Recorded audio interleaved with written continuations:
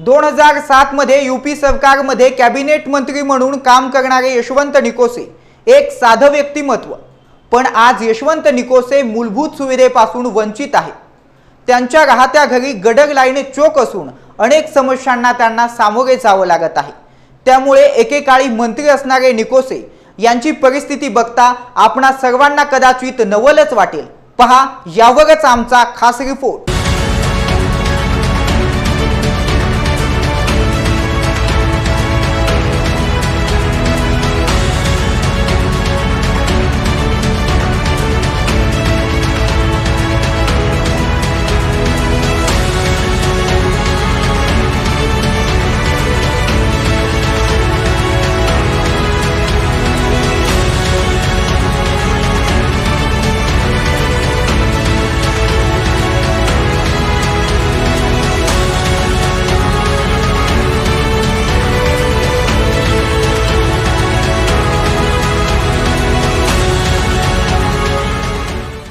दोन 2007 ते 2012 या काळात उत्तर प्रदेश सरकारमध्ये कॅबिनेट मंत्री असलेले श्री यशवंत निकोसे अत्यंत साधे असे व्यक्ती असून ते गेल्या काही दिवसापासून आपली जन्मभूमी असलेल्या गड्डी गोदाम गौतम नगर येथे राहत आहे।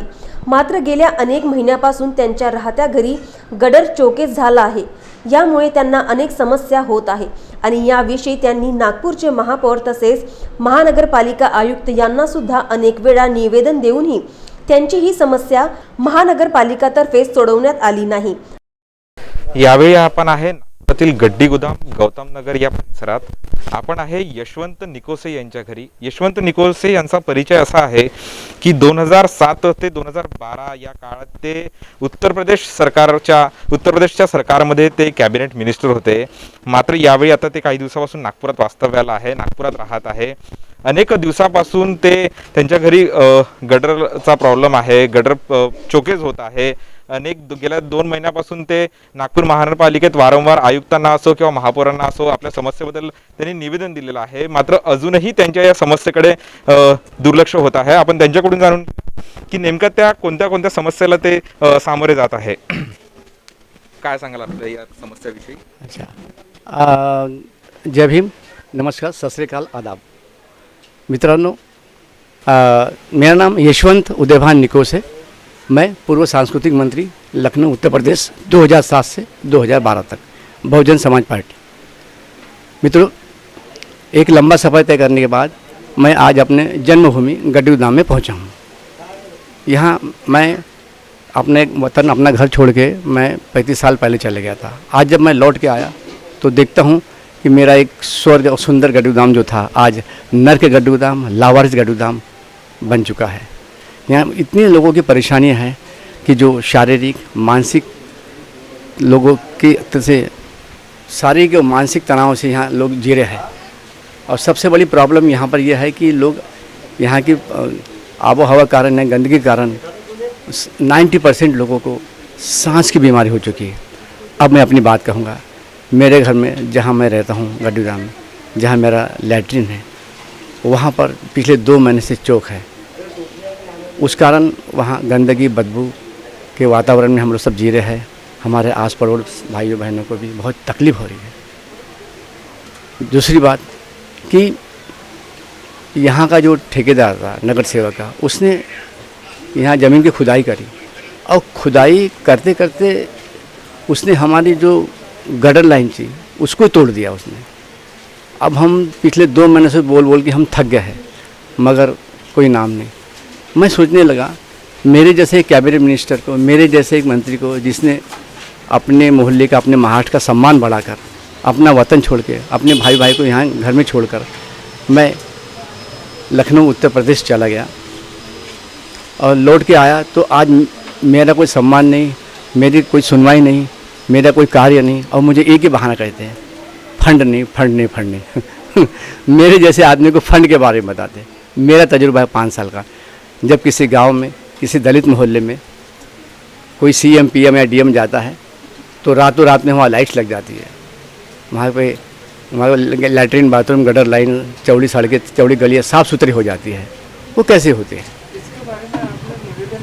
निवेदन दिया है आपने महापौर से, कोई आश्वासन? जी, मैंने डायरेक्ट महापौर जी से मिला हूँ, तिवारी साहब से।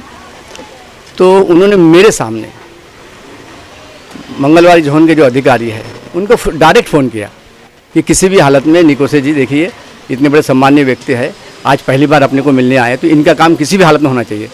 तो वो अधिकारी एकदम घबरा के बोला, हाँ सर अभी भेजो, मैं अभी उनका काम आज के आज कर देता हूँ। और मैं उनसे मिलने गया तो वो कहता है कि सर हमारे पास में फंड नहीं, हमारे पास में व्यवस्था नहीं है। तो मैंने कहा फिर आपने महापौर साहब को क्यों कहा कि मैं आज के आज इनका काम कर देता हूँ? क्यों कहा आपने, झूठ क्यों बोला महापौर साहब से? यानी उसका भी कोई सम्मान नहीं, यानी अपनी अपनी ढपली अपना अपना राग। ऐसा ये क्या है, ये कैसा शासन अनुशासन प्रशासन है, बताइए आप। उसके बाद आपने किसी से संपर्क किया इस बारे में, महापौर से फिर से एक बार या आयुक्त? नहीं, फिर दोबारा मैं नहीं गया।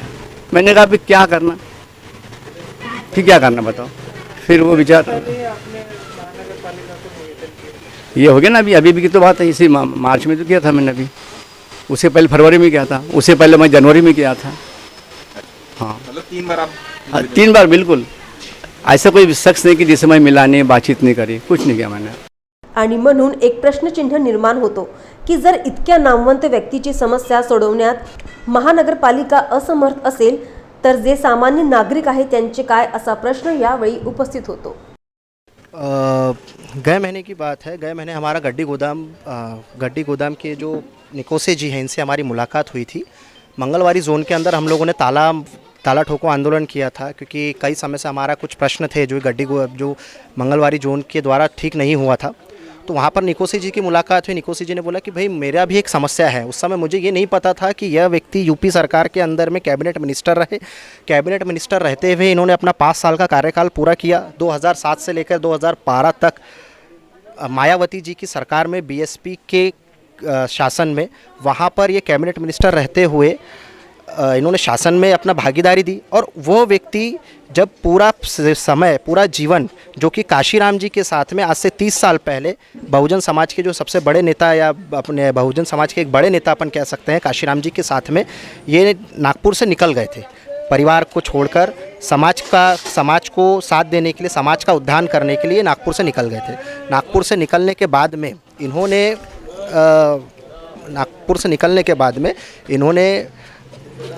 जगह जगह जाकर पूरे देश के अंदर में काम किया। जगह जगह जाकर पूरे दलित समाज को, बहुजन समाज को इकट्ठा करने के बाद में परिणाम स्वरूप ये हुआ कि यूपी के अंदर में बहुजन समाज की सरकार बनी।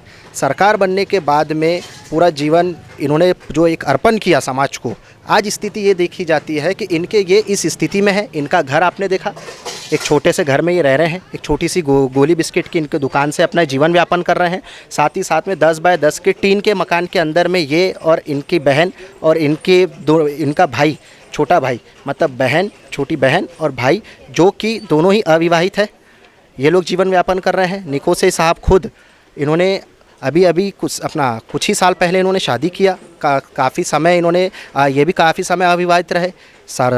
पूरा समय समाज को दिया। समाज को देने के बाद में ऐसे व्यक्ति के साथ में अगर ये स्थिति है कि आज इनको इस परिस्थिति में रहना पड़ रहा है, इनकी खुद की गटर लाइन साफ़ नहीं हो रही। और सबसे इधर पे ताज्जुब की बात ये है कि तीनों जो नगर सेवक, 4 नगर सेवकों में से 3 नगर सेवक खुद बीएसपी के, जो एक समय इनके डायरेक्शन में काम करते थे, आज वो इनके लिए फ़ंड जुटा नहीं पा रहे। और इनके आगे नाली जो चोकअप है, छोटा सा काम है, ज़्यादा कोई बड़ा काम भी नहीं है। मेरे ख्याल से 5-50 हज़ार या लाख रुपए के ऊपर का बजट नहीं लगने वाला। वो काम अगर ये लोग नहीं कर पा रहे, महापौर दयाशंकर जी तिवारी जो कि आज जगह जगह जाकर फीते काटने में या व्यस्त है, जगह जगह जाके फ़ोटो काटने का निकालने में व्यस्त है, अलग अलग कार्यक्रमों में व्यस्त है, उन्होंने इनको आश्वासन दिया कि हम आपका काम करवा देते, पर वो आश्वासन मिलने के बावजूद भी आज इनका काम नहीं हो रहा है। अगर कैबिनेट मिनिस्टर, यूपी सरकार के अंदर में जो व्यक्ति कैबिनेट मिनिस्टर रहा, 24 करोड़ की जनसंख्या को जिसने एक समय संभाला, उनको फंड आवंटित किया, कल्चरल मिनिस्टर रहा, उतने बड़े व्यक्ति का अगर आज महानगर पालिका सम्मान नहीं कर पा रही, उनका काम अगर ये नहीं कर पा रहे,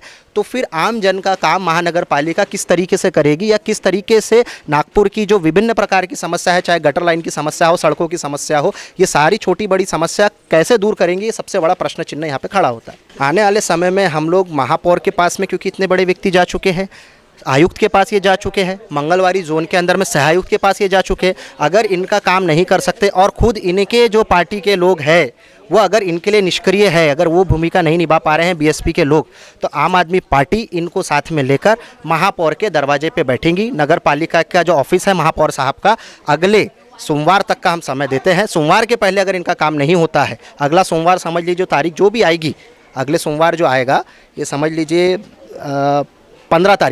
15 तारीख अगला सोमवार आएगा। 15 तारीख के पहले अगर इनका काम नहीं होता है तो निश्चित रूप से मानकर चलिए महानगर पालिका में महापौर साहब का जो कैबिन है, वो कैबिन के बाहर हम लोग धरना आंदोलन करेंगे इनको साथ में लेकर। मैं यहाँ की जो समस्या है, जो साहब ने बताया है, निकोसे साहब ने बताया है, जैसे कि वो बीएसपी के भी लीडर, अच्छे माननीय लीडर रह चुके हैं। मैं बस थोड़ा सा कनेक्ट करना चाहूँगी कि आम आदमी पार्टी जो दिल्ली में वर्क कर रहा है, देखा जाए तो जो बीएसपी ने काम करना चाहिए था संविधान के हिसाब से, जो हम बाबा साहब अम्बेडकर के हम इतने गुणगान गाते हैं, उनको नमन करते हैं, तो आज बीएसपी क्यों नहीं सिर्फ दलितों के वोट मांगती है, सिर्फ एससी समाज के वोट के लिए बीएसपी आती है घर घर। लेकिन आज तक बीएसपी ने, मैं ये नहीं कहूँगी कि उन्होंने क्या किया और क्या नहीं किया, बट उन्होंने संविधान के दायरे में रहते हुए जो एससी लोगों को, जो शेड्यूल कास्ट के जो लोग हैं, जो गरीब निम्न श्रेणी के लोग आते हैं, उनके लिए आज बीएसपी ने क्या किया। हमारे यहाँ के जो नगर सेवक है, भुर्रेवार जी है, वालदे जी है, ये सब बीएसपी से खड़े हुए हैं। लेकिन आज पूरा मोहन नगर गड्डीधाम प्रभाग 9 बहुत ही तकलीफ़ों से गुजर रहा है। उसमें सबसे पहला तो है जो गडर की समस्या है। गडर की समस्या इतनी ज़्यादा है यहाँ पे, क्योंकि वो सीधा इफ़ेक्ट कर रहा है उनके पर्सनल, उनके हेल्थ से इफ़ेक्ट कर रहा है। तो प्लीज़ ये महापौर लोगों को और अपने जो अभी दयाशंकर तिवारी साहब जो आए हैं, उनसे भी हम विनती करेंगे कि प्रभाग 9 की जो सिचुएशन है, जो कंडीशन है, उसके तरफ आप ज़रूर ध्यान दीजिए। और जो यहाँ के नगर सेवक है, वो तो समझ लीजिए कि बस उन्होंने जीतना था, बीएसपी के तरफ से वोट ले लिया उन्होंने, जैसा भी लिया, बट उन्होंने कोई काम नहीं किया है। अभी हम सर्वे करते हैं आम आदमी पार्टी के तरफ से, हम निस्वार्थ भावना से उनका कार्य भी करते हैं, और जो भी समस्या है हमारे पास वो लेके आए हैं, हम उसका ज़रूर निवारण करेंगे। भले अभी सत्ता हमारे हाथ में नहीं है, हम अभी यहाँ के पदाधिकारी नहीं है, वार्ड मेंबर नहीं है, बट आने वाले 2022 में जब हमारी आम आदमी पार्टी की सरकार आती है और हमारा कॉरपोरेटर चुन के आता है, वो कोई भी कास्ट के लोग क्यों ना रहे, हम उनके लिए ज़रूर उनके लिए प्रयत्न करेंगे, उनके समस्या को सॉल्व करने की कोशिश करेंगे। और आज आपके टीवी माध्यम से मैं ये लोगों को, बीएसपी के जो भी समर्थक है, हम भी जय भीम को, हम भी बाबा साहब अम्बेडकर वाले ही है, लेकिन आप आइडियोलॉजी देखिए कि बीएसपी ने आज तक क्या किया हमारे लिए। और आज अरविंद जी जो है वो संविधान के दायरे में रहते हुए किस तरह उन्होंने संविधान को बिल्कुल आगे रखते हुए अपने आइडियोलॉजी को और अपने आम आदमी पार्टी को उसके मार्ग पे लेके गए हैं। तो मैं यही कहना चाहूँगी कि अभी जागो, एससी समाज, आप पीछे मत रहो। आप बहुत पढ़े लिखे हो, बहुत ब्रिलियंट हो, फिर भी हम हर चीज़ में पीछे रहते हैं। बाबा साहब ने हमें बहुत कलम की ताकत दी है, लेकिन हम कलम का उपयोग भी नहीं कर पा रहे, और जो हमारे ऊपर अत्याचार कर रहे हैं हम उनको रोक भी नहीं पा रहे। इसलिए जागो। और जो दलित समाज को कहा जाता है कि पिछड़े हैं, उनको बस इलेक्शन के समय एक दारू की बोतल दे देते हैं, और